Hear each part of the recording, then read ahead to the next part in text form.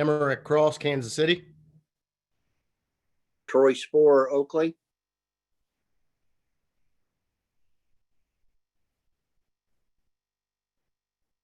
Commissioner Sill. Lauren, you were muted. I'm sorry, Lauren Quayle Sill, Hutchison. And Sheila, you up? Sheila Camus, Commission Support, Pratt. Brad Loveless, Secretary from Linden at this moment. Mike Miller, Assistant Secretary, still in Pratt. Chris Tymason, Legal Counsel. Okay. At this time, we would welcome the general public comment on items that aren't on the agenda.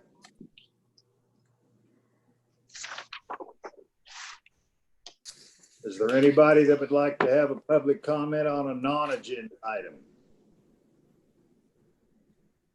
You have a public comment, use the raise hand function, and Nadia or I will call on you. Any raised hands? Doesn't look like it. All right. Before we start in the public hearing, Doug has a video presentation. Right. And go ahead and do that one. Okay, this is Doug Nygren, Fisheries Division Director. David Breath was going to give this presentation live, but we ran long in the afternoon, so he was prepared, knowing that it went long, that he would be able to provide a video of what he wanted to share with you. Just a little background.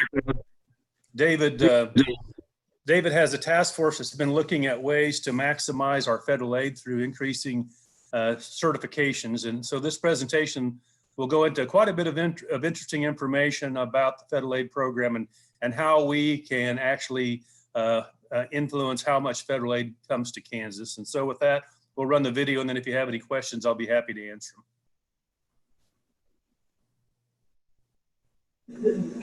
Hello, my name is David Breath, and I am the Sport Fishing Education Coordinator with Wildlife Parks and Tourism.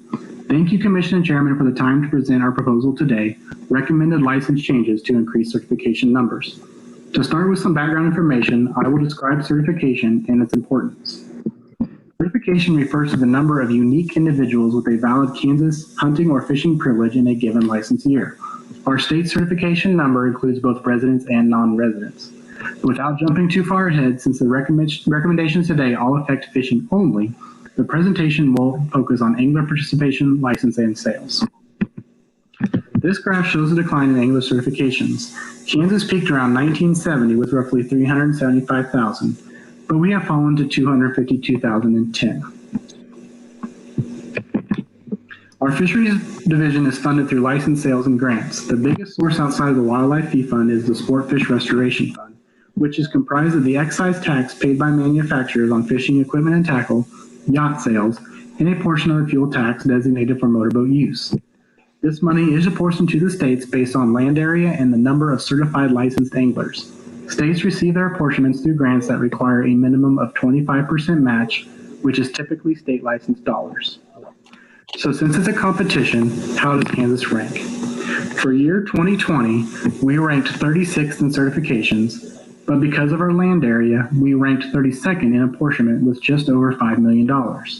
That represents 1.4% of the total pot of money. To clarify, Kansas does not have to move up in the certification rank in order to get more money. The 252,000 certifications represents 0.9% of the total nationwide. We just need to increase that percentage. Note that the 2020 certification number corresponds to license year 2017. One way to increase certifications is adapting to the new rule from U.S. Fish and Wildlife Service. Recently, it was any privilege valued at 80% of the cost of the corresponding license. The change removes that percentage and sets the value at $2 for fishing or hunting, or $4 for a combo before the vendor fees. Many states, including Kansas, already have privileges that will now be eligible, but nationwide there is an incentive to create more. A task force evaluated these efforts to present the forthcoming recommendations. First, the task force identified the audiences for certifications and what options could be implemented. So who does Kansas not capture with the license catalog? Landowners fishing on their own property and guests fishing in private waters. Resident and non-resident anglers under 16 not purchasing additional permits, and resident anglers 75 and older not purchasing additional permits. And these additional permits could be the 3-pole permit or trout permit. Outdoor enthusiasts who enjoy camping, boating, wildlife viewing, or hiking, and hunters who do not purchase a fishing license. Then we looked at privileges other states offer and if any relate to these audiences. Without going through the whole list, you can see some require youth to have a license, offer discounts, created a variety of short-term privileges, and created gear or species-specific permits. In Kansas, we do have privileges we will now be able to fully count towards certification. Both the youth multi-year and senior lifetime combo were discounted beyond the 80% threshold, which made them ineligible.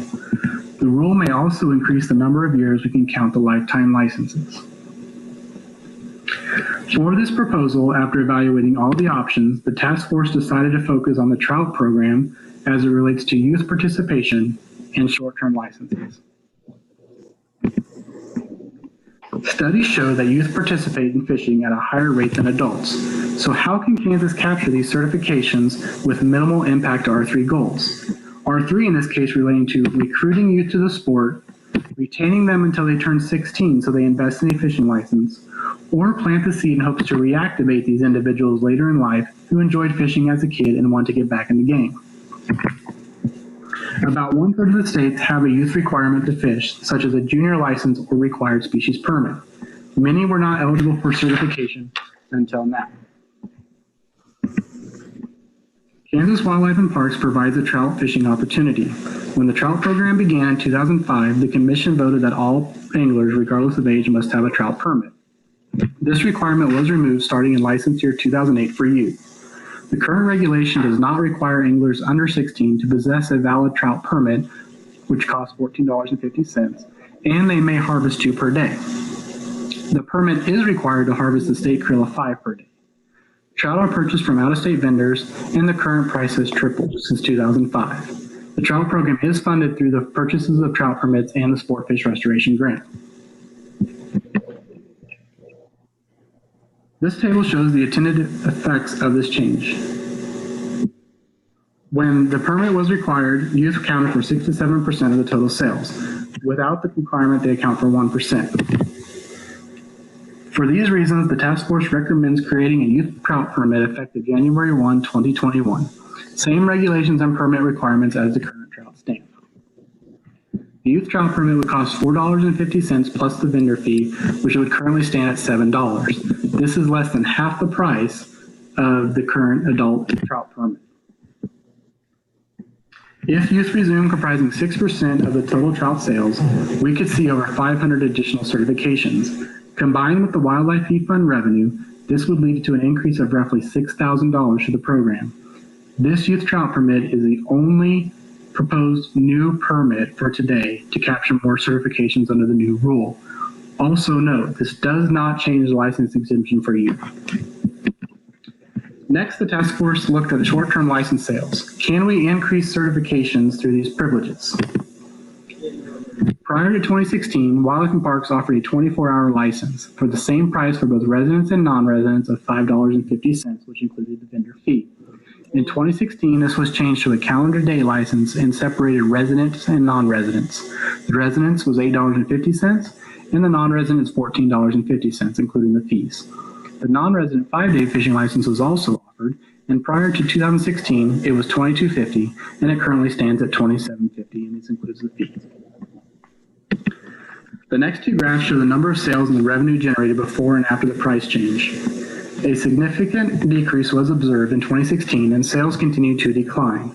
The uptick in 5-day sales did not make up for the loss. The price increase did increase revenue as intended, but the decrease is approaching the level prior to 2016.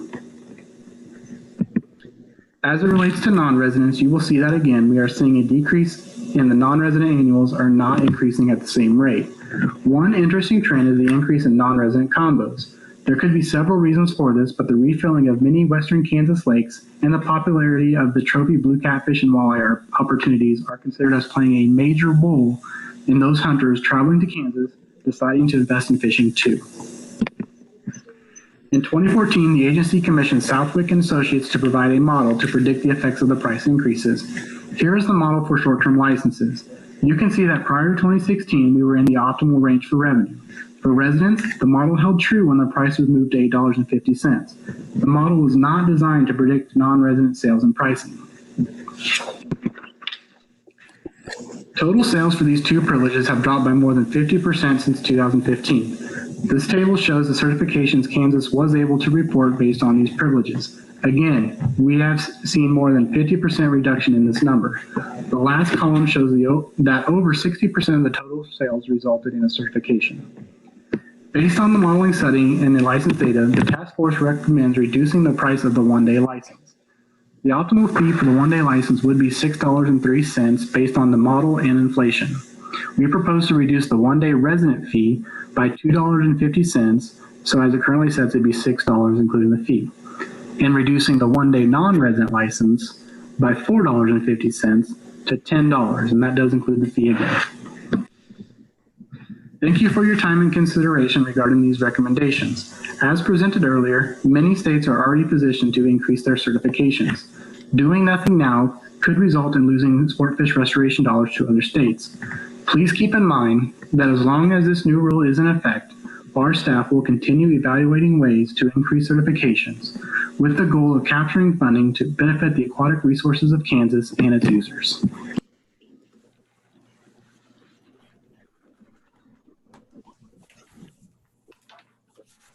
Thank you. Does anybody have any questions that Doug can hopefully answer after reviewing this?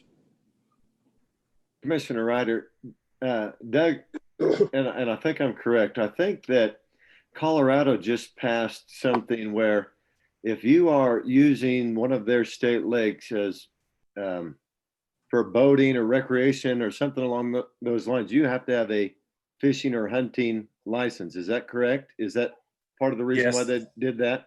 Yeah, they just implemented that recently. And then the problem you have there, we've looked at that and we can talk a little bit. So it gets into the weeds a little bit, but it has to do with program income. If you sell things to people that aren't going to hunt and fish, then you'd also be challenged about whether or not your certification is really accurate. Just because they bought the license doesn't necessarily mean that they are hunting and fishing. The other side of it too is that it may attract incompatible uses to wildlife areas, and so that's a concern too. So program income issues when you charge additional fees to use public lands, a conflict of different types of users, especially when we've the hunters and anglers have paid the bill most of the way, and we would run into some issues, I think, if there were horseback riding and hiking and other users that wanted to take opportunity to use those lands in ways that they haven't in the past. So we are still looking at all the various possibilities on how we can deal with the fact that we have people using our properties that aren't really contributing. We're also looking at some of the things having to do with paddle sports and other things too that we're not, we don't license canoers or kayakers or have any kind of registration. So we've got a group that's just getting formed to continue the kind of work that David's done, and we'll keep looking at it, and we'll be coming back from time to time. The real challenge for us on the fisheries side is our apportionment has been declining or flat for quite some time, and inflation is eating away. And right now we're struggling just to keep our existing federal aid grant programs funding out of federal aid. So the wildlife side is a little bit different situation because of all the guns and ammunition that have been sold over the last few years. But like Brad was saying today, we really don't fully understand what's going on with COVID and the impacts to the economy having to do with COVID as well. So the new rule is what is got our attention right now.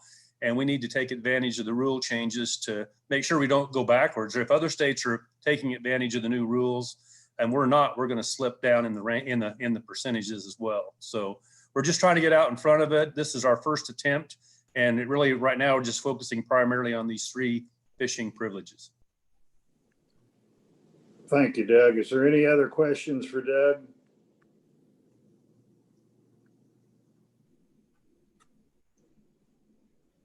Okay, we're going to start the public hearing portion. Is Matt Peak out there someplace? If so, we need to he'll get started on KAR 115.61. All right. Thank you, Chairman Lauber. Yeah. Can you hear me okay? Yes, I can. Okay. Okay. And yeah, we'll start on 115.61. This is the fur dealer license application, authority, possession of furs, records, and revocation. And this regulation provides oversight of fur dealers in Kansas. It currently requires fur dealers to maintain record books provided by the department, and the books must be filled out as fur is received, shipped, or otherwise disposed of. The regulation further states that the books are subject to inspection and copying upon demand by any conservation officer. Our proposed change to the regulation today adds an electronic option. So if any fur dealers wish to maintain their records electronically rather than in our paper record books, they can do that. And so the regulation itself on page 2, the only change there is you see that the addition of electronic records system is in the book, basically everywhere the paper book is referred to. So with that, I'll turn this back over to you, Mr. Chairman. Okay, that seems simple enough. Chairman Lauber here. Does anybody have any questions for Matt on this? Is there any questions from the public? Well, this is something we have to vote on, so I need somebody to make a motion that we approve this as presented. Mr. Chairman, I'll make a motion we approve it. This is Harry Hazlett. No, second. Commissioner Gefeller, second. It's been moved and seconded that KAR 115-6-1 be approved as presented. Is there any discussion from the commission? Is there any discussion from the public?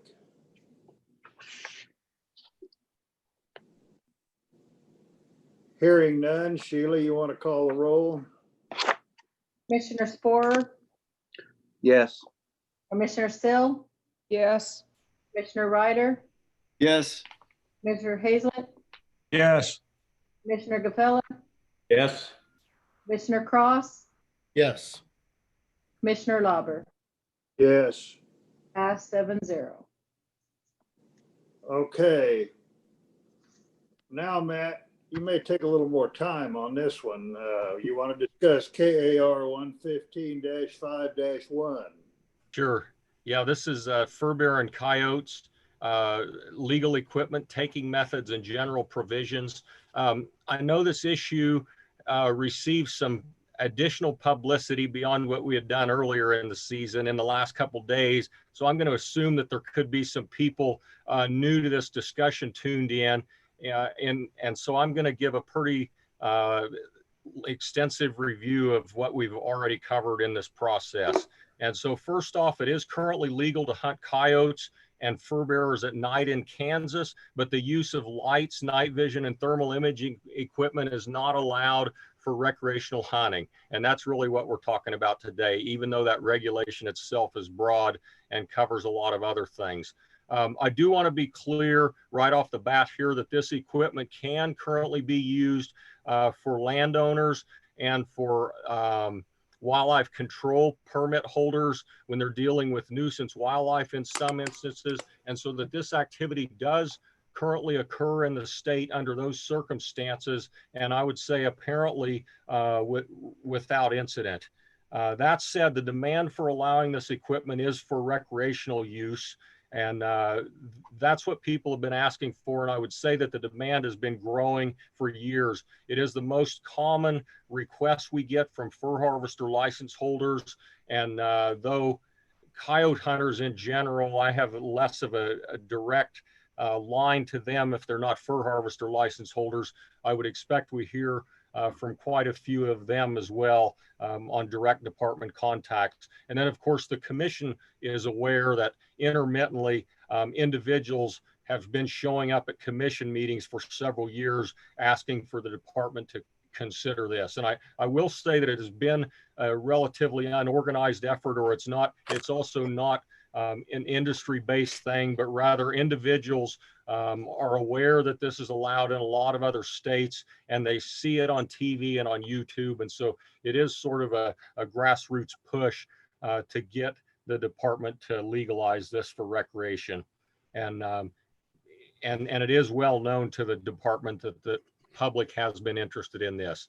That said, the department hasn't supported broader legalization of this activity for recreational use, primarily due to concerns about its potential impact on law enforcement's ability to respond to and catch poachers. And several things come up in that regard. First of all, the fear is there by some that simply by having more people out there at night with lights and rifles and night vision, stuff like that, that the likelihood of poaching is increased just simply by chance. This also could also serve as an excuse for poachers who are contacted in the field, as an excuse that will make enforcement more difficult. For example, if law enforcement comes across them and they have a gun and a light, in the past, it was obvious that they were in violation. Now they could be in violation, but they could make the claim that they were coyote hunting.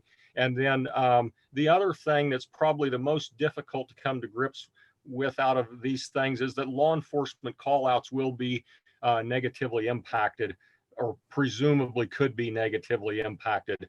And that would include both law enforcement officers getting called out in the middle of the night when somebody sees lights or people in the field, and those people turn out to be legal hunters, as well as instances where an individual in a rural area or whatever might see somebody out there and make the mistake of assuming that they're legal coyote hunters, when in fact they turn out to be poachers that in the past would have been reported. So those are some of the issues that have kept the department from supporting this activity in the past.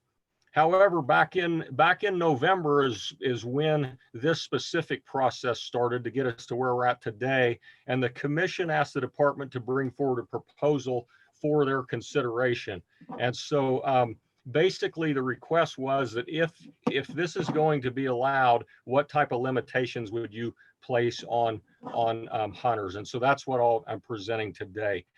I do need to mention that since the beginning of the discussions, reports of legislative interest in allowing this activity have been in the backdrop, and with the risk being that if we fail to respond to this, to allow some form of it, that it could be broadly allowed by the state legislature in a manner that is much less restrictive. And so I think it's variable how different people respond to that potential threat, but it's something that's come up at every meeting. And so, like I said, I'm trying to review some of the stuff we've talked about, and that has certainly been a consideration. We've also talked quite a bit about safety, and that's the immediate concern of most people when they first hear that the use of this equipment is under consideration. We have reviewed this issue extensively, and the fears about safety just simply haven't materialized at any meaningful scale where this activity is allowed. In fact, there are a lot of states that allow it, and none that we're aware of that have revoked its use due to safety. So consideration of firearm ballistics and scenarios in which the predator hunting shots actually typically occur probably explains why. And if I could get the slides now, Jason, I've got just a couple of slides here. We can take a quick look at that.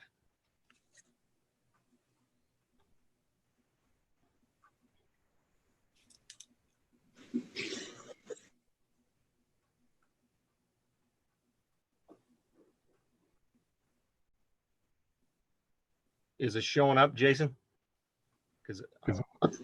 There it is. There we go. Sorry about that. Okay. I clicked the wrong one first. Okay, I got you. Now if I can get my own screen out of the way. Okay. So it's pretty common knowledge out there that center fire rifle ammunition is capable of traveling a long distance, a mile or a mile and a half into the air. But people are not shooting up into the air at coyotes. A coyote stands about 2 feet tall at the shoulder, and most of the shots would be at a target that's about 1.5 feet off the ground. If you look at this figure, the trajectory of a bullet drops rapidly after a couple hundred yards. And this figure happens to be 223 ammo, which is a common round for coyote hunting, but it's pretty typical of the other calibers and ammo that people would use to shoot at coyotes. And so in this figure, if you're shooting at a coyote at 200 yards, the bullet would be on the ground 1.5 feet below the target at a little over 100 yards beyond that. So at a little past 300 yards, probably, the bullet would be into the ground, and that would be assuming no vegetation. Of course, if you had 6-inch or foot-high vegetation out there, the bullet would be impeded even quicker than that.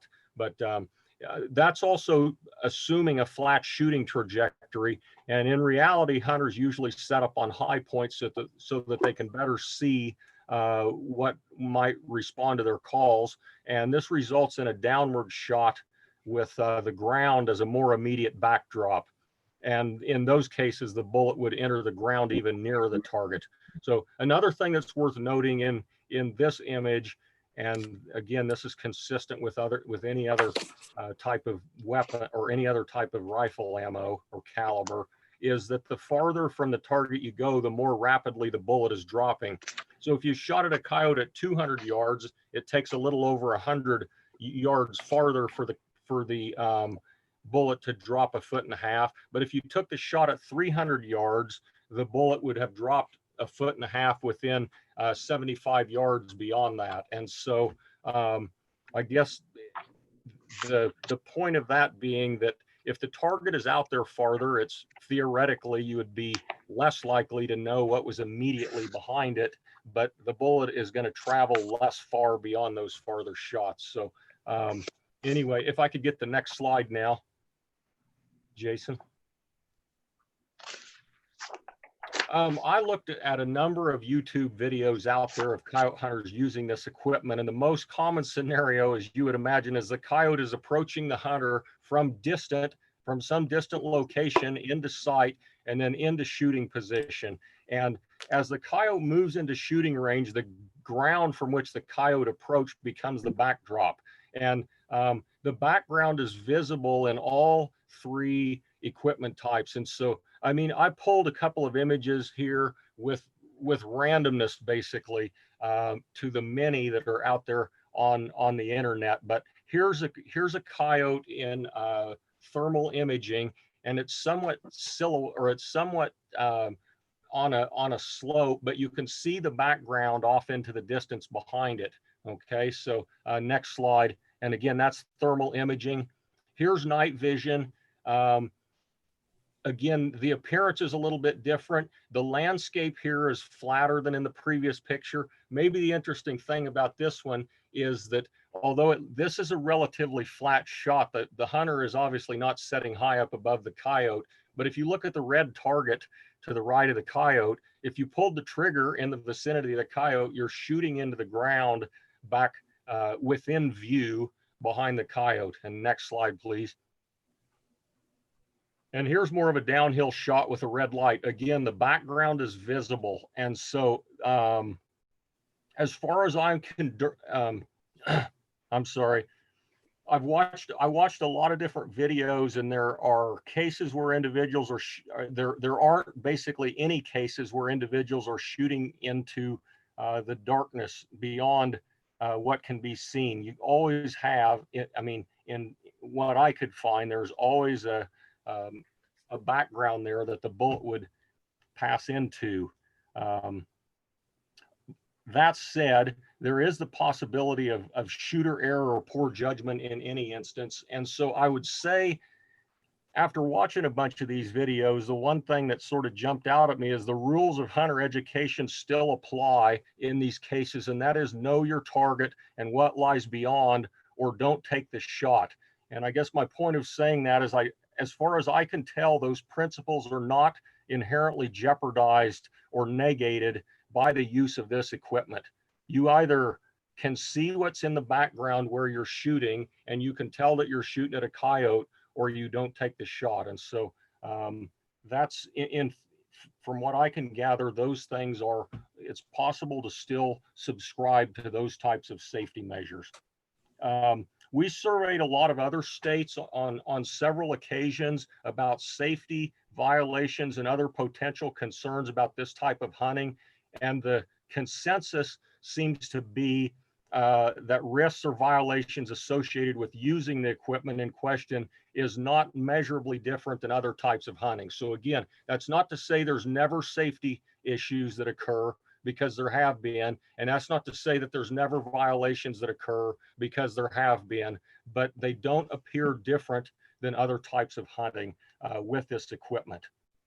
I also want to say that there are a lot of other states with experience upon which to rely when we did survey them. We've already presented these in one format, and at the last commission meeting, Commissioner Sill asked for a table of other state regulations specific to the limitations we're considering. And so if I could get that slide back up there one more time, Jason.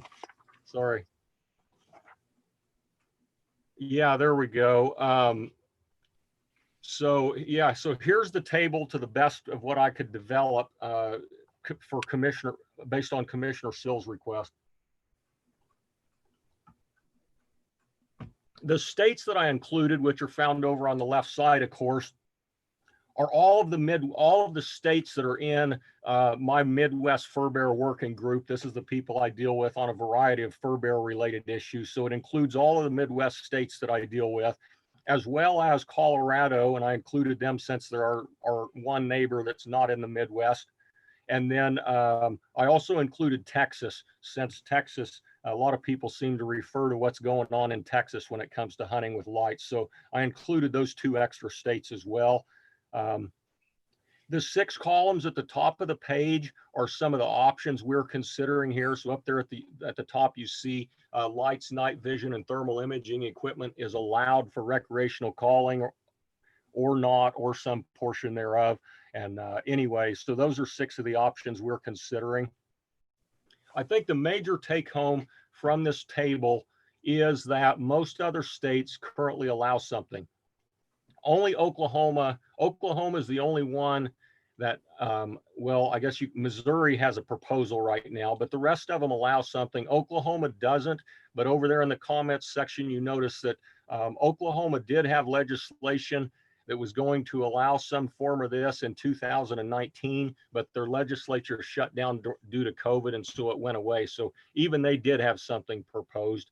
I mentioned Missouri has something proposed, and they're down there at the bottom of right above Kansas at number 14.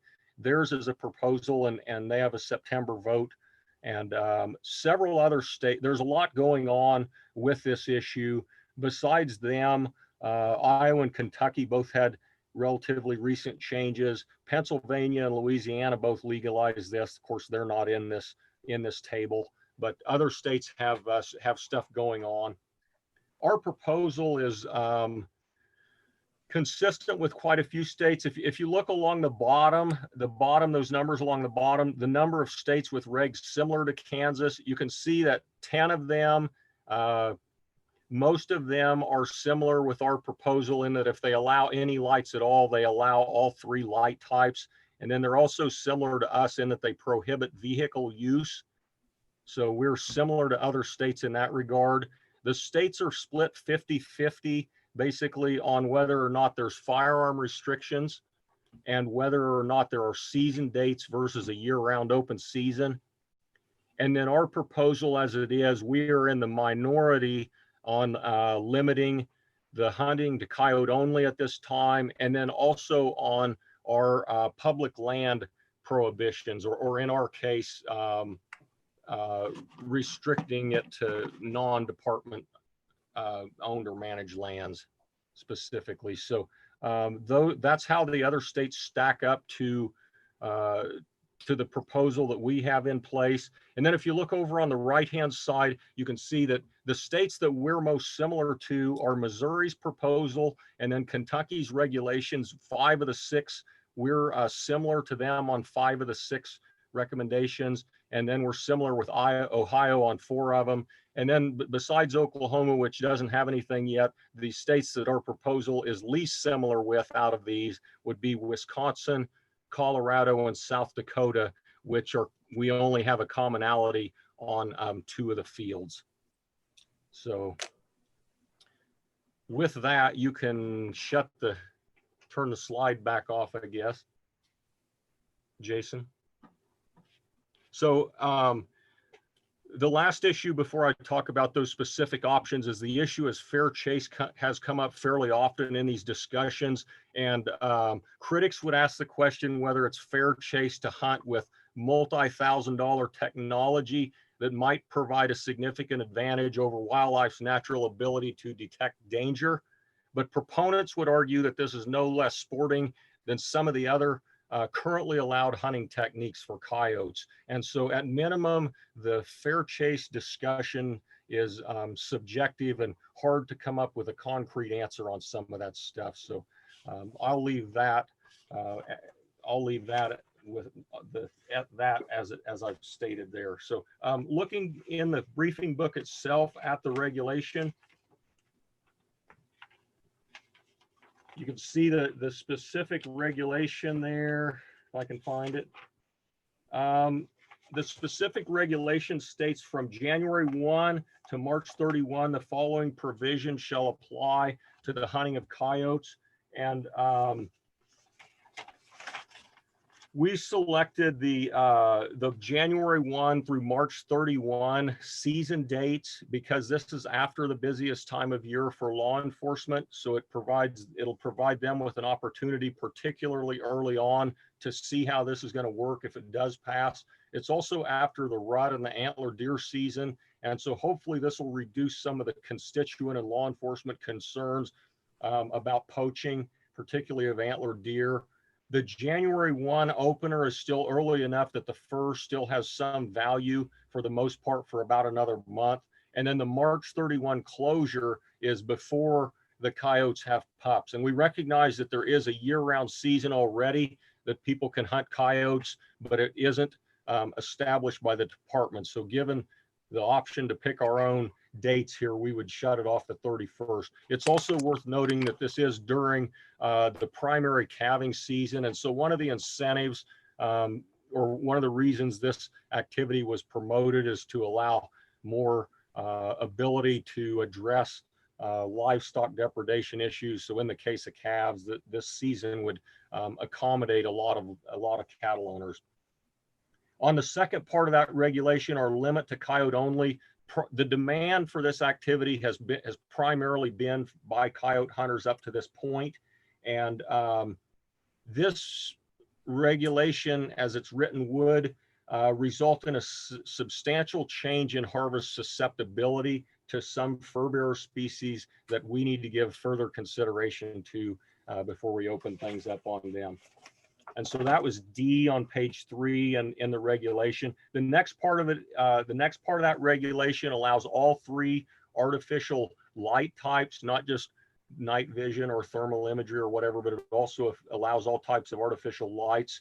And we made the decision to allow them all 3 if we're going to allow any of them because of the broad price range. We didn't want to economically discriminate. And so sort of we feel like if we're going to allow one, we should allow them all. D2, the use prohibits the use of vehicles. And obviously in this instance, we don't like the idea of people driving down the road, being able to shine fields and stuff like that. And so that's why the vehicle prohibition is proposed.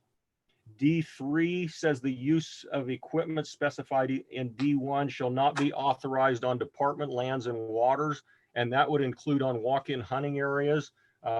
Our public lands managers have some of the same concerns about poaching and increased call outs that have been expressed by our game wardens.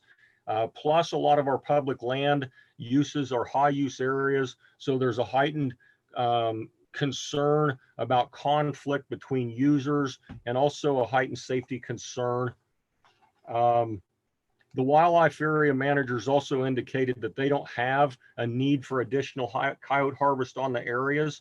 And in the case of the walk-ins themselves, there was some concern that by allowing this on private lands, a landowner can say no if he doesn't want anybody out there shining lights around on his place at night. On walk-ins, they would be open to hunting. So there was some concern that allowing this on walk-in areas could cost us some cooperators and some land in the program.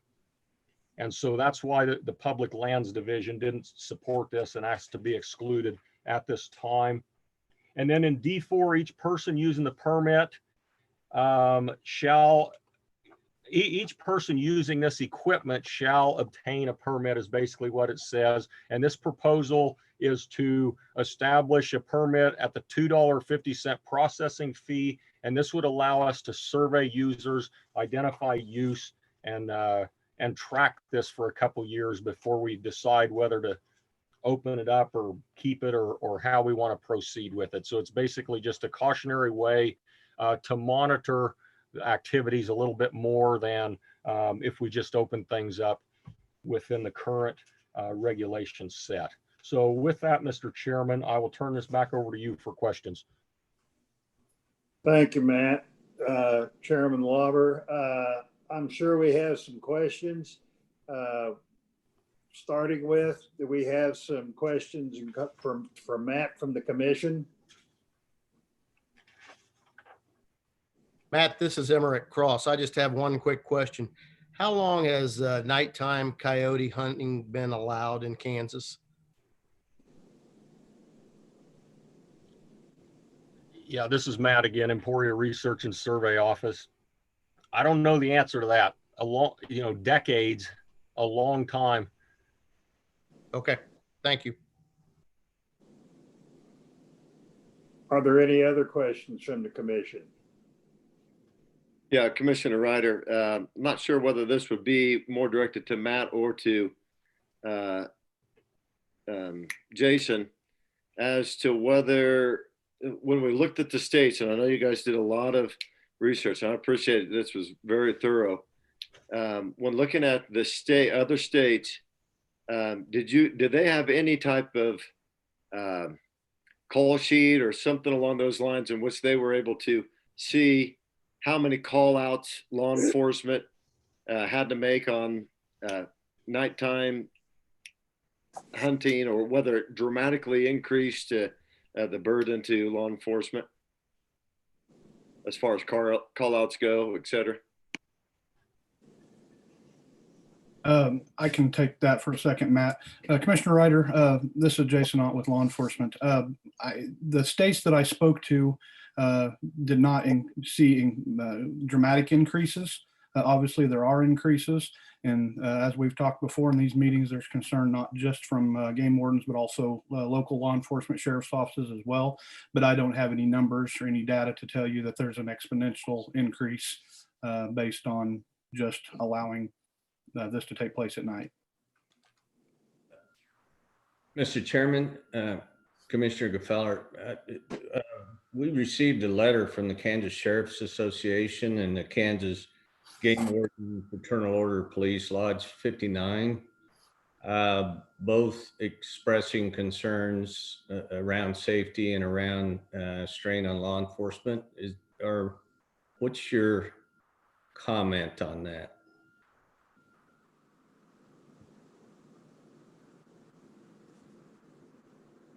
Are you asking Colonel Ott? Or the secretary, whoever wants to take it? Well, I'm going to make a couple of comments. First of all, the Kansas Sheriff's Association wrote a letter that basically said, while you're making this decision, think of all the important things. I got the impression that they were requested to send a letter, but they didn't understand the facts. And they just basically said, be careful whatever you do.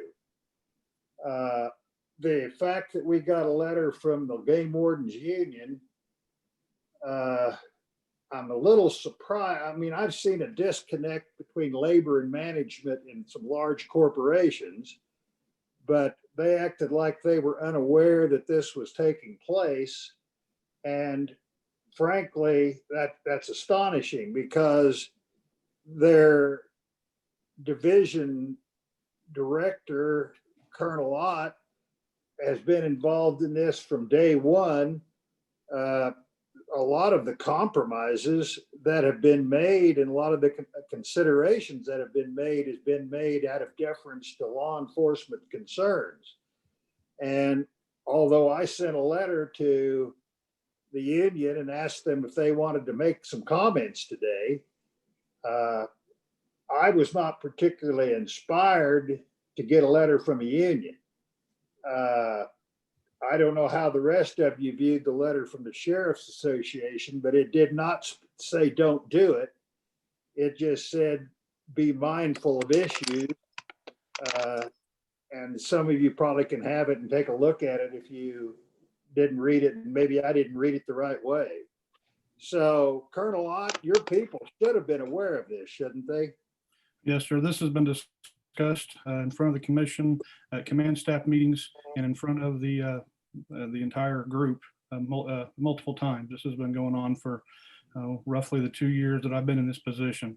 I was unaware of the stance or the letter being sent, and I can't speak on behalf of the FOP. All right. Secretary Lovelace. Yep. Thank you, Chairman. Brad Lovelace. And thanks for the question, Commissioner Gefeller. I think the questions that have been brought up by these interested parties are the exact, well, I know they're the exact same questions that we discussed internally when this first was brought up. I remember I was standing in an airport and we had a broad discussion with Matt and a whole bunch of other folks from the agency. And we had these initial questions. What about safety? What about poaching? Accelerated from this. And that's what led to us, you follow the numbers. So we did the research with other states to determine if those fears have been realized. And because I was a skeptic too. I didn't see a reason to add another bell and whistle. I knew people that had used this technology, but thought this seems like it's going over the top. But of course, our desire is to allow as much flexibility and freedom on the part of our customers as possible, while still staying within these bounds of safety and safe for the public, as well as safety for our wildlife and appropriate use. And so my conclusion, and I think the part on staff, as Matt has well voiced, was after working through all that and actually looking at the numbers, starting with our concerns, and then looking at what other states have actually experienced. You don't always have the luxury of having other states that are some years ahead of you on this, but they're out there collecting data. And based on all that, our conclusion, which I agree with, is this is a reasonable expansion of opportunities for Kansas sportsmen and women that we think is warranted. So, and again, though, to Matt's point, we tried to build into this regulation, the way it's structured, things to affect in a positive way those concerns that all of us share. I can tell from the conversation, we all share them. And the last thing I would add is today I was out in Goodland, flew over your house, Commissioner Gefeller, and I think your house too, Commissioner Spohr, at an event about I-70 this morning. And I was approached by the Sherman County Sheriff, Burton Pianalto, really nice fella. He said, hey, I know you guys are talking about this extra opportunity for coyote hunters, and we have some concerns. I said, I'm glad you brought that up. We are going to be talking about it later on today. Tell me what your concerns are. And he says, well, we're worried about safety and we want to make sure people aren't poaching. And I said, exactly where we were at. What we've looked at from other states is those don't appear to be issues. And so we're pretty comfortable with moving ahead the way we've structured the reg change to address those issues. And he said, okay, that's fair. We just want to make sure those things are being considered. So I promised him I'd share that with you guys today when I got to the meeting. But that's our position. We think we've looked at those, and we think this is a fair expansion of our opportunities for sportsmen and women. Commissioner Ryder, just to follow up. So Secretary, you you feel that our law enforcement officers are equipped and prepared to handle this regulation if it's put into effect? I do. I'm confident that they'll manage it well. We of course are always worried about significant increases in workload, and we'll have to have those conversations if this results in a large number of call outs based on other states' information and experience. We don't think that's going to happen, but as Colonel Lott said, we'll have to watch that and be careful of it. And Colonel, are you in line with that, I guess, or do you think that we're not putting law enforcement at a significant disadvantage, I guess is? Well, that Jason Ott with law enforcement. Yeah, the concern's always there, and it's something we've talked about at many meetings leading up to today. Based on the information we've gotten from other states and the research that's been done, it doesn't look like it'll pan out that way, but we don't know that, of course. So yes, we have some concern, and yes, it is something we'll keep an eye on. But like I've told you for the last couple of years, we will manage. We'll find a way to work within the bounds of whatever comes. And if we're having significant problems, then I think that we will be in touch with the secretary and have it readdressed. Yeah, I appreciate that. I think that you guys, I think the research that's been done on this has been very significant, very thorough. I think the department has covered all the different players in this.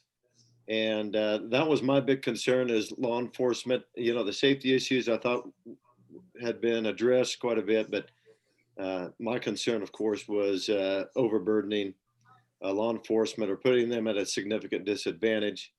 And I appreciate you guys really checking into that, and know that you guys will keep track of that and come back if it does go through. You'll come back and say, hey, we're seeing large problems or something along those lines. So I appreciate that.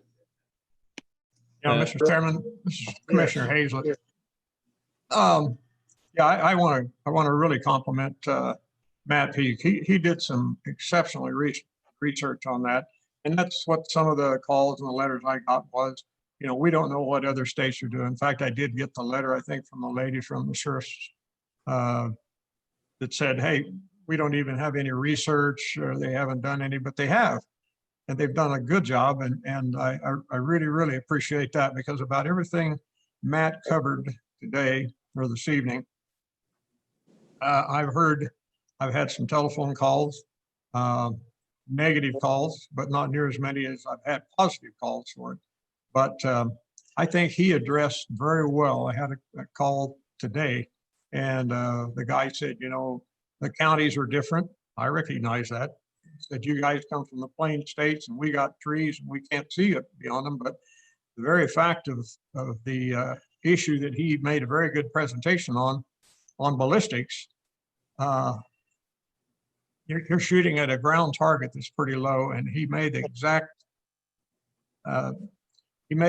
what should have been presented there. So I appreciate greatly the comments from the secretary, and I really appreciate what's going on with the research Matt has done. So my compliments to you.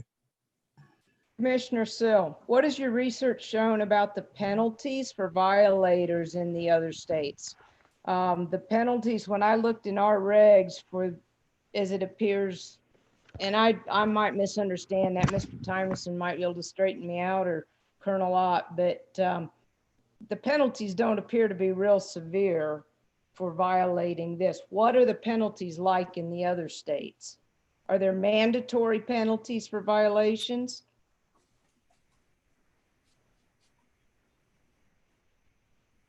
This is Jason Ott with law enforcement. I do not have any information about the penalties in other states, man. This is Matt with the Emporia office, and I don't either. This is Gerald. However, if we're talking about deer poaching, then the penalties of deer poaching and the costs per antler size and whatnot goes into effect, don't they? Asking Chris or Colonel Ott, which are not insignificant. You know, they would not apply necessarily if somebody shot a raccoon instead of a coyote. But if the concern is deer poaching, there are serious penalties that follow that. This is Jason Ott with law enforcement. And yes, sir, the violation that occurs, whether it occurs in the dark or in the daylight, would still be that violation. So if it was an illegal take of a deer, whether they had a permit for that deer, whether or not that deer was shot out of a vehicle, all those things would apply, whether it would be in the dark or in the daylight for that matter.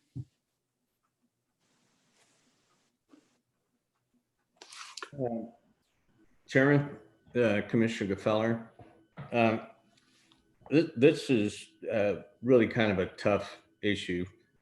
You know, I'm a lifetime hunter in Kansas, born and bred here. I hunt every species, including coyote. I own a cattle ranch. We hunt coyote to help with control. So I understand all sides of the issue as a hunter and as a rancher and as a landowner and as a conservationist. And, you know, I've read, we've had tons of input, which is great on these issues, and many for and many opposed, and all are articulate, and all are passionate. And so I have to kind of go through it one at a time. And those opposed, the general theme that I gather is kind of four things that I pulled out that I've kind of got stuck on myself. One is the safety issue. Two is strain on law enforcement. Three is the component of fair chase. And four, whether we even need it as a control issue. And there's very compelling arguments.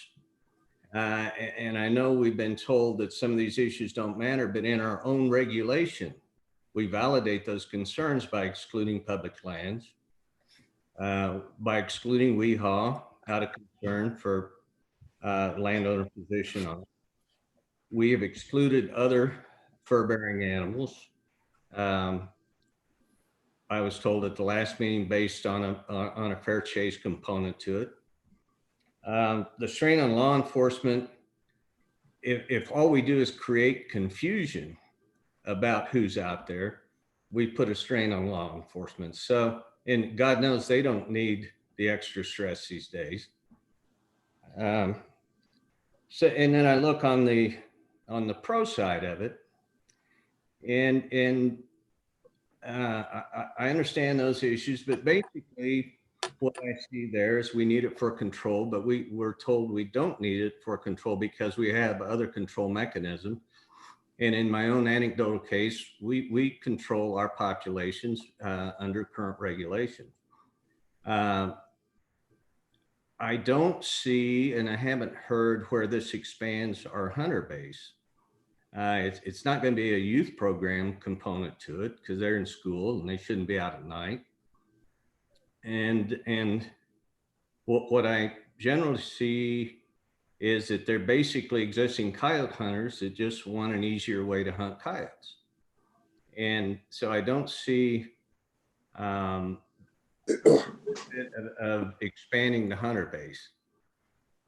So you're going to have to help me get over those hurdles, particularly the fact that we've excluded for safety reasons and for fair chase reasons and for law enforcement reasons certain things in the regulation. Gerald again, and you know, I understand what you're saying, Warren. I tend to think that most of the concerns that you pointed out as to why you're opposed to it, I think they've been pretty well addressed. This is probably going to be one of those issues that's not going to receive a unanimous consent if it receives a consent. If people are dead set against it, they're just dead set against it. And there's always a reason to to wait, to not do it. And I think part of it is animal control, and part of it it's a sport. And I think that it expands opportunity. And you know, it might expand it to kids. They might be able to do it, you know, during spring break. They might be able to do it during the weekends.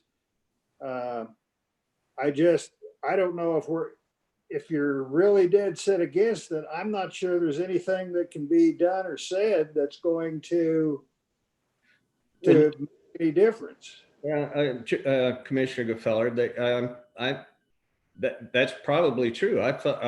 I have come to the meeting to make a decision, but I've thought about it long and hard, and I don't necessarily agree that my concerns have been addressed, because we have excluded public lands for safety reasons.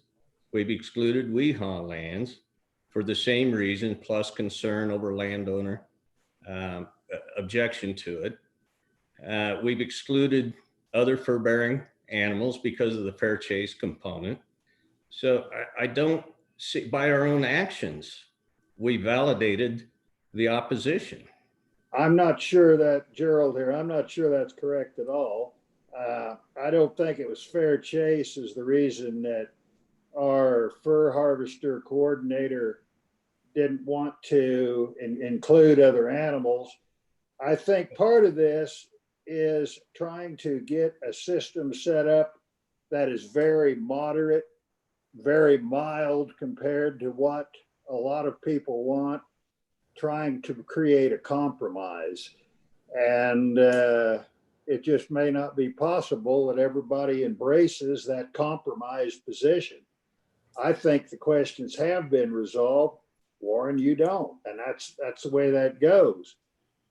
Brad? Yeah, thank you, Mr. Chair. Brad Lovelace, Secretary. So Commissioner Gefeller, I might give Matt a warning. I'm going to ask him to address the fair chase with other fur bearers issue, because I think he addressed that the other day or in another meeting, and I don't remember exactly the way you are. So I'd like for him to address that again. But I can address your questions about our exclusion of public lands, and then also WEHA. The WEHA, as mentioned, is because basically we have a relationship with those folks, and we feel very fortunate that they allow the public on to hunt the way they hunt right now. That is a gift to the state of Kansas. It's an incredibly important program, and it's in our judgment to extend the hunting day throughout the night is going an extra step that we feel like might jeopardize those areas. So it's not a safety issue there. It's simply a relationship issue with them. And it's a calculated judgment. We didn't want to ask that because we don't perceive that being able to hunt on walking and hunting as a constraint to people being able to use this opportunity with night vision. In terms of our public lands, it simply came down to the multiple uses. We have people out there that are camping, that are doing all sorts of things. And that's not the same as a private landowner has. If somebody wanted to come out and hunt on my land or your land, you know what's going on there. That's your ability to judge that they can safely, do that night hunting. On our public lands, we don't have that kind of monitoring. We don't have that kind of exclusion ability. And so that's all it came down to, multiple users and our concern about, posing a risk to people going, who knows where, hunting, knows what, or taking a nighttime hike or checking on owls, or whatever they're doing at that public land. So that's really the issue there, not just multiple uses, and this maybe not being a good compatible use for those areas. So Matt, can you address that one about other fur bearers? Sure. Yeah, this is Matt Peak, Emporia Research and Survey Office again. I will say that I also noticed that the other states don't have, that most of the other states also don't have land ownership limitations. So while we did do that. We also recognize that most other states consider this to be a safe enough thing to allow on those multi-use areas. But on the fur bearer thing, in the case of a couple of our, or I'm sorry, the fair chase thing, in the case of a couple of our fur bearers, the use of artificial light means walking up and down streams and shining along streams, or floating down streams and shining, or walking along a cornfield edge and shine up into the tree and then shoot what's out of it. So my main comment today was that it significantly changes the susceptibility to harvest of those species. And we just need to give it further consideration. In the case of raccoons, which have wreaked havoc this year with damage and stuff, we're harvesting, over the past 4 years, we've harvested 45,000 less raccoons per year than what we had on a 10-year average prior to that. And so in a year or two, we may be considering this a solution to some raccoon population and damage issues. But right now, we need some more time to think about it, I think, before we do something that would so potentially substantially change how they're harvested.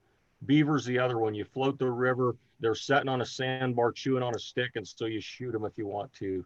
Again, some people might consider that a population solution or a damage solution in times when harvest levels are low, as they have been. So that was the thought process that went around on those species.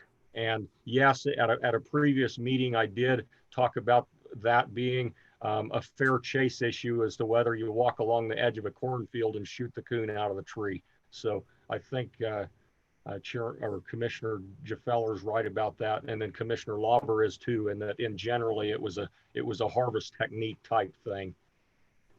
So that's all I would say. Before we see what public comment there is there more discussion from the commission? Warren, did you have more? No, I don't. Thank you. This Anybody? is Commissioner Spohr. Yes, sir. Most of the, if not all of the negative comments that I received on this were opinions about what they thought was right and wrong. And I have an opinion on my farm. The more habitat that I build for the upland game birds and the deer, the more coyotes I have. I have a predation problem on my farm. And I'm excited about this regulation and the fact that at some point, maybe I can control it. Matt has told us that coyotes are expanding and there's getting to be more coyotes. And he also, Matt and the department have spoke about facts.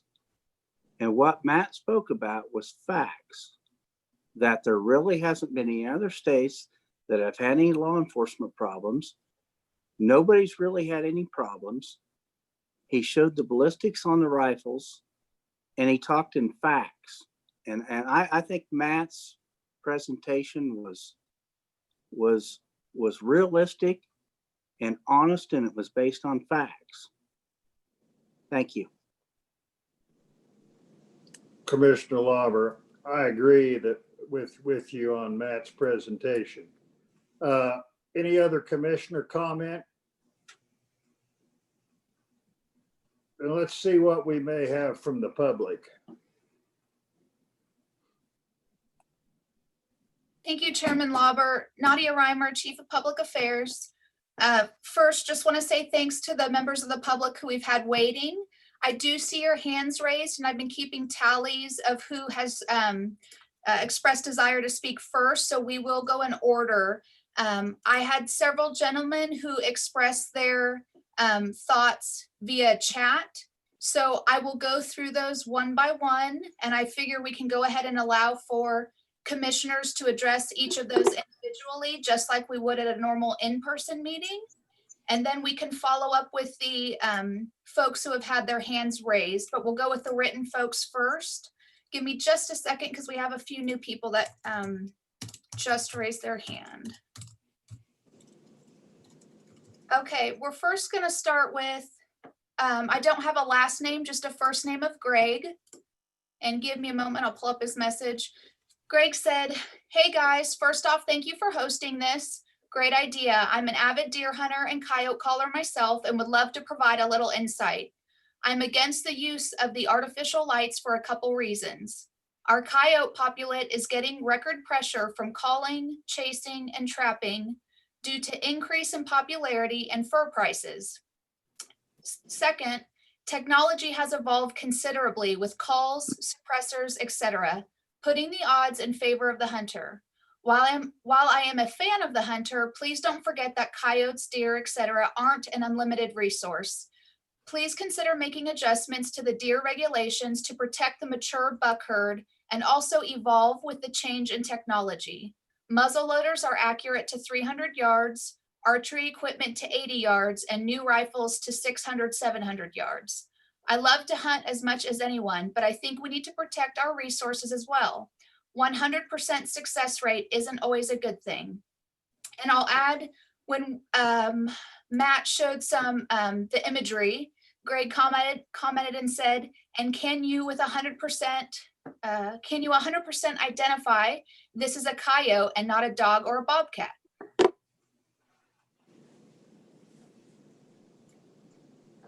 If commissioners would like to comment, we'll go ahead and do that now, or we can move on to the next one. I'll leave it up to you. I'm not sure, Commissioner Lauber, I'm not sure. I mean, I see his point on some things, in some cases, such as high fur prices. I'm not sure that's a realistic issue, but I think unless a commissioner has a particular comment, I think we just need to move on. Yeah, this is Commissioner Spohr. Matt, you know, when we first started this discussion, one of the first items of Matt's concern was what is the coyote population in Kansas? And Matt has indicated that coyote populations are on the rise. So, yeah, maybe that's something we ought to look at. Thank you. Nadia Reimer, Chief of Public Affairs. The next message was from Orville Henderson. He shared, "I'm disabled and a trapper, coyote hunter in Cowley County. It would be easier for me and my son to call at night. Rancher will know I'm there and responsible for and take responsibility for a shot around cattle and other livestock. We have no shortage of coyotes. I live in the country and hear them and hear about their destruction of game and wildlife." He also added, "Consider the amount of daylight during those months and the hours of the day worker. I'm a nuisance control holder, which I found out I could hunt for the landowner. What if I have another shooter?" Okay. As she reads these, if any of the commissioners want to respond to an individual, say so. Other than that, Nadia, just go ahead. Okay, hearing no comment, I'll move on. Nadia Reimer, Chief of Public Affairs. The next message is from Lane Hensley. He shares, "I have great concerns with the ability of the already short-staffed game wardens per county to be able to patrol these areas with increased criminal trespassing at night. It seems to me our guys have a hard enough time in the light of day. Keep in mind, we are one of the best whitetail destinations in the nation. Legalizing this would be putting that resource in jeopardy, to say the least. If this passes, the whole state will turn into walk-in at night. It would be wise to invest in more ticket books."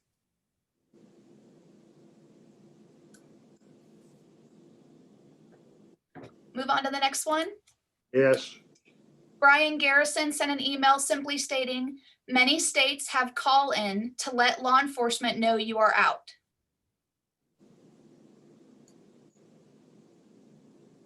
Okay, I'll continue. The next one is from Daniel Sharp. He shared, "I understand the run and gun aspect of shooting from a vehicle, but please consider the option of using a high platform in a pickup bed. Stationary, not running, nor anyone in cab. Better vision and safety. Dan Sharp, Cattleman."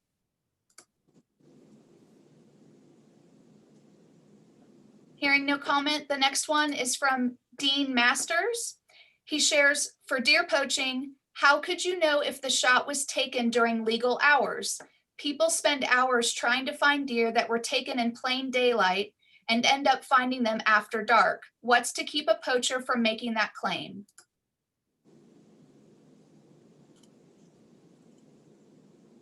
Okay, so I'm going to go ahead and move over to the individuals who have raised their hand to speak for themselves. The first gentleman will be Austin Lanier. We'll go ahead and unmute you.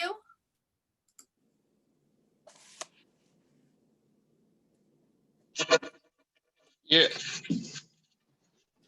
Yes. I just want to say that I'm a farmer, cattle producer, and avid sportsman in Sedgwick County, and that I think this is I'm very excited about it, and I urge you guys to pass it. As far as the safety concerns and everything go, I do understand that, and that has to be addressed, but the safety concerns are there during the day hunting too. So, if somebody's going to break the law, they're going to do it at night or during the day. And I also want to tell you that as far as the coyote population, it is expanding rapidly. Last year alone, I caught 20 coyotes within a 1 mile radius of my farm and my cattle herd. And I love to call them, but at least around the city here and everything, calling has failed, at least during the day. We have no luck. Nobody, hundreds of people have come out. I mean, different times. I grew up in Northwest Kansas. We had tremendous luck with it. You come down here, it doesn't work.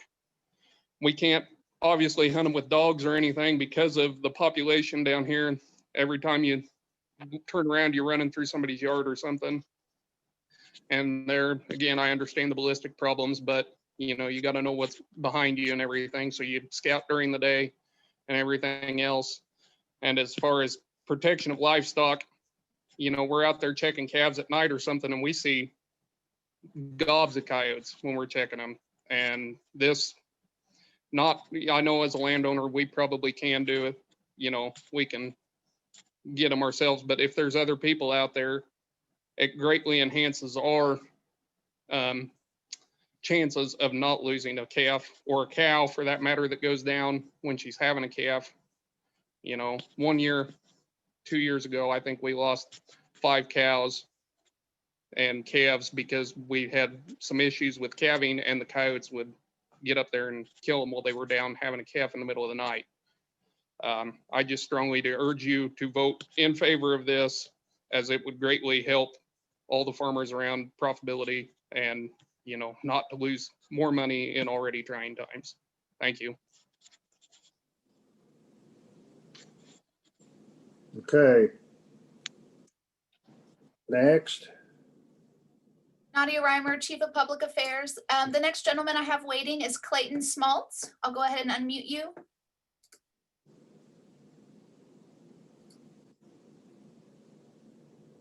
Hello, ladies and gentlemen.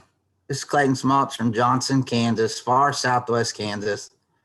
As Austin was just saying, I also agree with him. I strongly suggest everybody pass this. I'm going to go back to what Troy said here a few minutes ago with some more facts. I run a 40,000 head heifer development yard. Since I started recording causes of death 20 months ago, so all these facts are 20 months, I've lost 118 head due to coyotes. At $500 a piece, that is nearly $60,000 in loss due to the uprising of coyotes. We've done everything we possibly can to diminish these things. We've trapped nearly 50 to 60 coyotes in 20 months, and I have shot nearly 45. That is 90 some coyotes in 20 months. So I strongly suggest everybody to get on board with this, and let's protect our livestock and our Kansans, and let's get this done. I appreciate it, guys. Thank you. Nadia Reimer. Oh, go ahead. No, go ahead. I was just going to see if there's any comment from any of the commission. All right, go ahead. Okay. If Alan Engler is still on, you're up next. We'll give you just a few minutes to raise your hand again. If not, I'll move on to the next individual.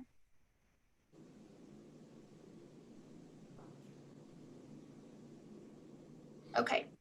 Next, I have Joe, and I'm sorry, I don't know how to pronounce your last name, but Joe G. We'll go ahead and unmute you next. Go ahead, Joe. Yeah, I'd like to just kind of address the backdrop concerns a little bit. All of us that hunt coyotes during the day always know where we're at. We know where we're shooting. We know where the houses are. We know where the livestock is. The cyclical population, you know, anybody who follows the coyotes, it's up and down. Now it's up. And, you know, out here in Northwest Kansas, there's a tremendous number of them. I don't have a farm for profit, but I do lose a lot of my livestock here to bobcats and coyotes. So that's one thing. And I don't think that we're ever going to see a fur demand like we did in the 70s to generate something that's going to cause a problem, whether it be for raccoons or coyotes, bobcats, or anything like that. The prices are never going to come back. But anyway, I would appreciate the commission looking upon this favorably, and hopefully we can do this soon. Thank you.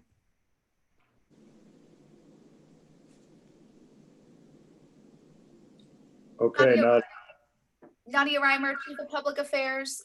We have two more individuals who have expressed interest in speaking, but before that, I had a quick follow-up statement from a gentleman who already had his thoughts shared. He just wanted to add, the more, this is from Lane Hensley, the more hunting pressure you put on them with calls at night and during the day, the more conditioned the rising coyote numbers will be to callers. Good luck managing their numbers. Next, we'll hear from Zach Castle, who's been waiting to speak. Zach, I'm going to go ahead and unmute you now.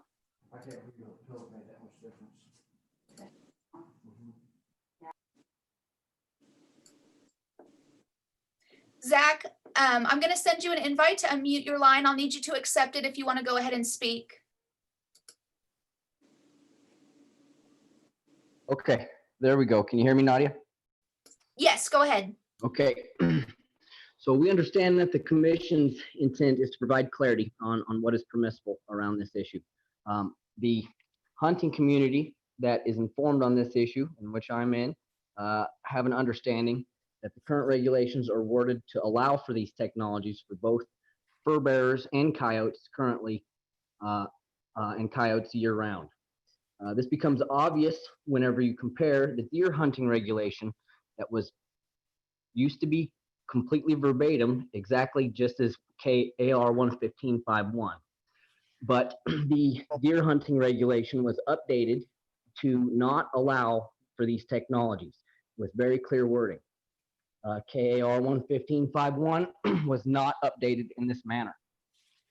The commission has chosen to interpret its regulations contrary to how they are written. The authorizing statute, KSA Chapter 77, is clear that such interpretations are not permissible. For this activity to be closed 3/4 of the year would have a detrimental economic impact that is not accounted for in the economic impact study, such as the missed opportunity for outfitters to pursue this type of hunt after their clients have filled their tags. So we really feel like this proposed rule is designed more for the interests of law enforcement than it is for the interests of Kansas outdoorsmen. The state legislators that I've spoke to seem to have no problem with interpreting these regulations as they are currently, and seem to agree that these activities should be permissible in a much broader sense. So we would like the commission to consider a much broader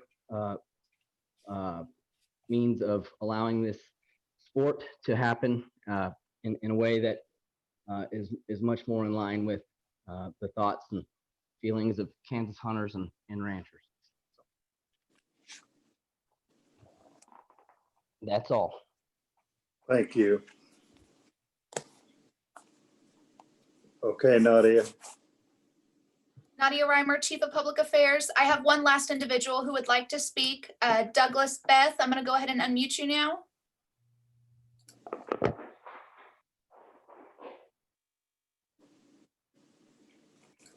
Okay, I believe I'm on now. Yes, you're good, Douglas. Okay, well, thank you for having me on. And Mr. Peak, I have to say you had a very good presentation. A lot of good facts were expressed, and I really appreciate that. From my position, I would urge the commission to do this. I called for several area farmers and stockmen here in the Salina, Kansas area, and to help keep their predation problems down. They lose several calves every year. But to get back to the nighttime, I had the opportunity several years ago. We went down 4 years in a row. We'd go down to a large ranch down in Wichita Falls, Texas, and hunt down there. And as a suggestion, what we would do to go out and call at night, we would call a local game warden, tell him what area we're going to be in, because we, knew the property owners, and kind of give them a heads up. And that was very much appreciated. So that's another angle we could stress to people. Give local law enforcement a heads up when you're going to be out, if you think there's going to be a problem, and likewise let the landowner know when you're going to be there. So just an idea, but I would urge the commissioners to pass this. It adds a complete new dimension to the sport of calling coyotes. It's really exciting to go out at night. And to back up Mr. Peak, yes, you have to take an extra step to be sure of your target at night. When you're getting a little tired and your eyes are getting tired, just take that extra moment to be ensure what you're seeing is really what it is. But yeah, I'm excited about it. I hope you take action on it. And thanks for having me on. This is Commissioner Lauber. Is that all you've got, Nadia? Nadia Reimer, Chief of Public Affairs. Clayton Smaltz just had one more thing to add to his notes. He said, if we are worried about safety measures, make the license higher priced than $2.50. Make this license $300 to $500. Those of us want this to pass, have thousands of dollars invested in this. My thermal was $6,500 and night vision was $3,500. Make the license high so less people will be out at night, for they cannot afford a license or the equipment necessary to hunt at night. Okay. Mr. Chairman? Yes. Could we get a comment on that question? That was interesting to me. Well, a comment from me. Comment from me is I don't think we want to price people out of the market. I think that the fee that we're talking about, $2.50, enables us to monitor, survey, get a handle on what kind of activity. But for the same reason we allow low entry-level spotlights, I don't want to keep the common man from being able to hunt. I don't want to price it out. And that's just my opinion. I think this is, and I agree with Mr. Small in that I want to pass it myself, but I don't think I'd raise myself. I wouldn't raise the price to where it's restrictive to reduce numbers. That makes sense. Secretary, do you have same opinion? I mean, it makes sense. Yeah, yes, sir. We're trying to be more inclusive as opposed to less inclusive. If there were a real safety benefit, I mean, we already recognize that numbers will be pretty low by our normal standards. Matt's talked about that some, the actual numbers in these other states. I need to do a lot more to reduce use because it's already a little bit of a pricey endeavor for people. So I agree with Chairman Lauber and the comments that Matt's made in the past about trying to be more inclusive. Thank you. Is there any other questions?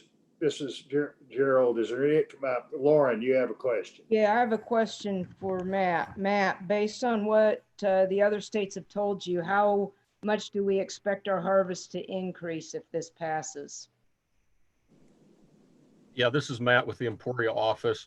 Most other states don't do a real good job of tracking the specific use of this activity. And you might recall at one time I was trying to track down what couple of states required licenses. Colorado's one, and their license, the game wardens gave out their permits. I said licenses. The game wardens give out permits to these individuals, and they're not centrally maintained or anything. So I couldn't find any state that had a specific level of harvest that they could attribute to this technique versus anything else. That said, I would not expect this to be, and I've said this is not likely to be a significant population control measure. Last year, we harvested more coyotes than we've ever documented in history at over 175,000, according to the Small Game and the Fur Bearer Harvest Survey.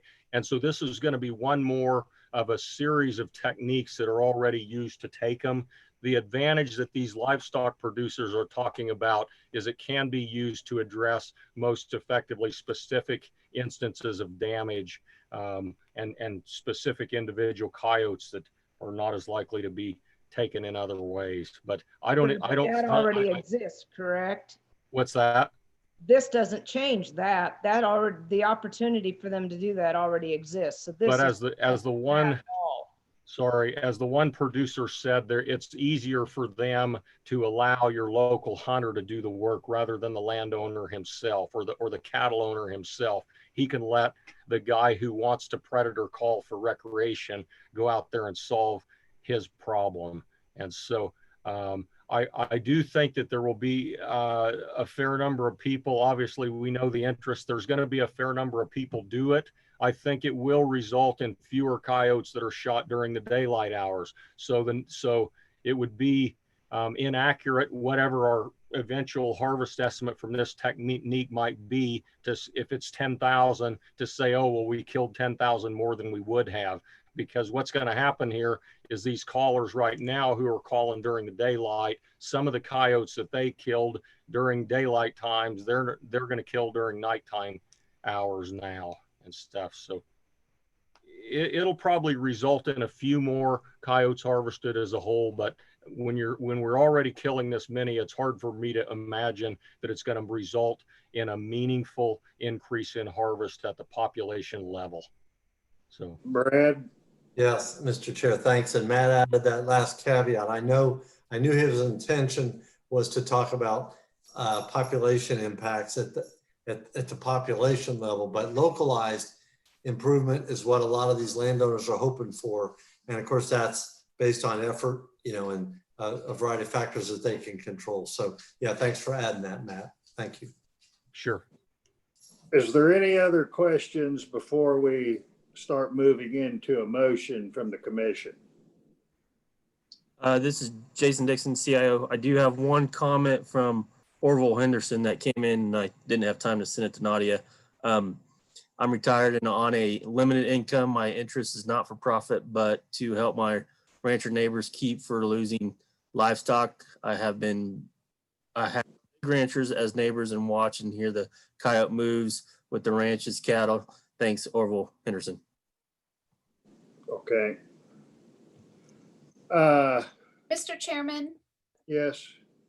we have just two more comments that came in and they're brief. I'll go ahead and share them now if that's okay. Sure.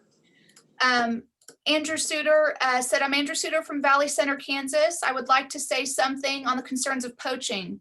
With the increased number of hunters at night for coyotes, that increases the amount of eyes out in the field aiding law enforcement in the fight against poaching.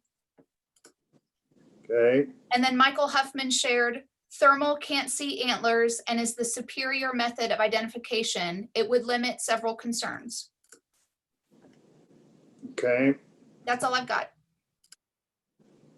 Well, I think we'll still have time for discussion, but I'd like for somebody to move that this be approved, if there's somebody so inclined. Mr. Chairman, this is Commissioner Hazlett. I would make a motion we approve.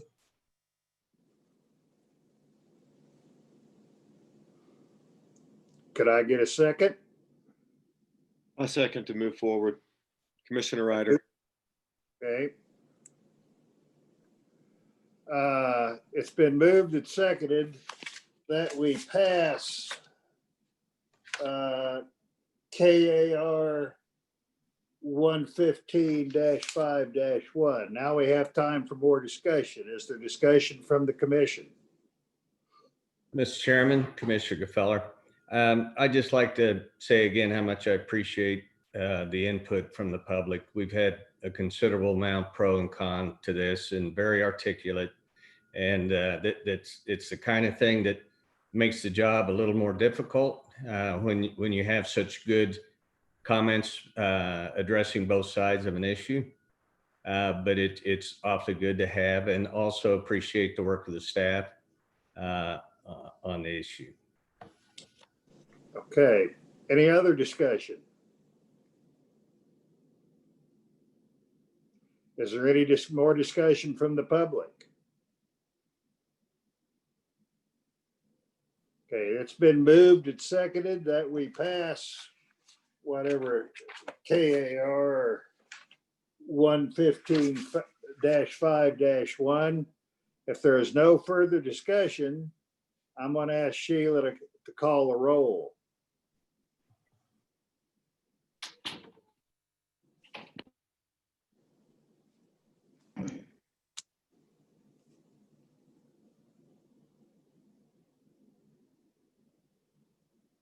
Sheila? Commissioner Sporter, Yes. Commissioner Sill, No. Commissioner Ryder, Yes. Commissioner Hazlett, Yes. Commissioner Gefeller, No? Commissioner Cross, Yes. Commissioner Lauber. Yes. Passed 5-2. Okay, thank you, everybody. Thank you, Matt, particularly. It's a good presentation. That's the end of our business for this evening. Do we have any housekeeping things to go over? Future meeting dates, future meeting locations? I have this feeling that our next meeting is going to be also virtual, and we're getting better at this. We're starting to be able to get more public comment. And I know a lot of these things, we may have a digital presence at all of our future meetings. We'll just have to see. Although I would like to get back to meeting people and going out to eat in different restaurants and different communities. I don't get to do that anymore. So is there anything that we need to do, Sheila? I think, Chris, correct me if I'm wrong, I think we need to set March's and April's meeting.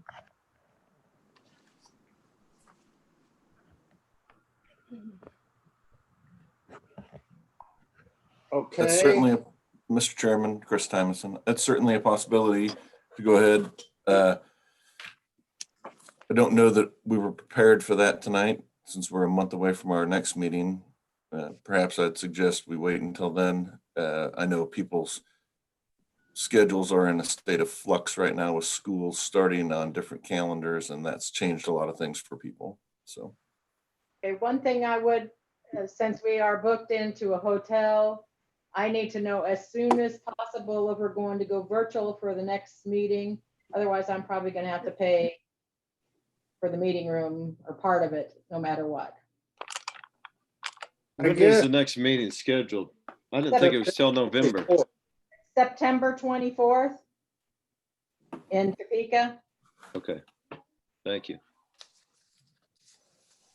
I just have a feeling that we're not going to have a good handle on this. We had how many people here tonight? We had 50 at one point.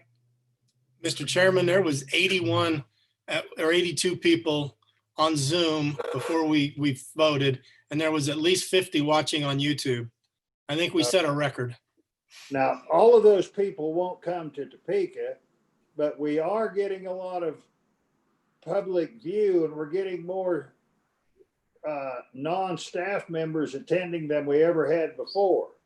So I think we don't have to make a decision, but Sheila's right. these hotels are sucking air and they're going to want to take advantage of whatever booking reservation they have if we don't check out by a certain time. And I just have a hard time thinking that we're going to feel comfortable in about 30 days having a meeting that may exceed the governor's 50 people threshold. What do you think, Secretary Lovelace? Your hand was up. Yeah, thank you, Chairman Lauber, Secretary Lovelace. I think we are wise, given the fact that as the state numbers are as bad as they've ever been right now. It's hard to anticipate that in a month's time, we're going to make significant improvements. So I believe you're wise to continue this pattern of Zoom meetings. I think it's very likely that's what we're going to have. And given Sheila's recognition of some potential money lost, if we delay this decision, I think that's a wise course of action. And before I conclude, I'd like to make another comment.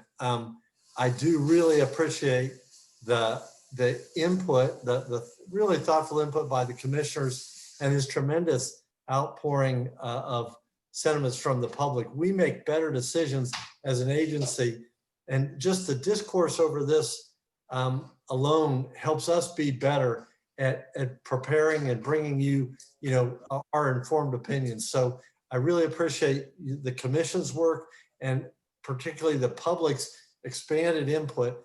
We're better as a result, and so I'm really thankful for that.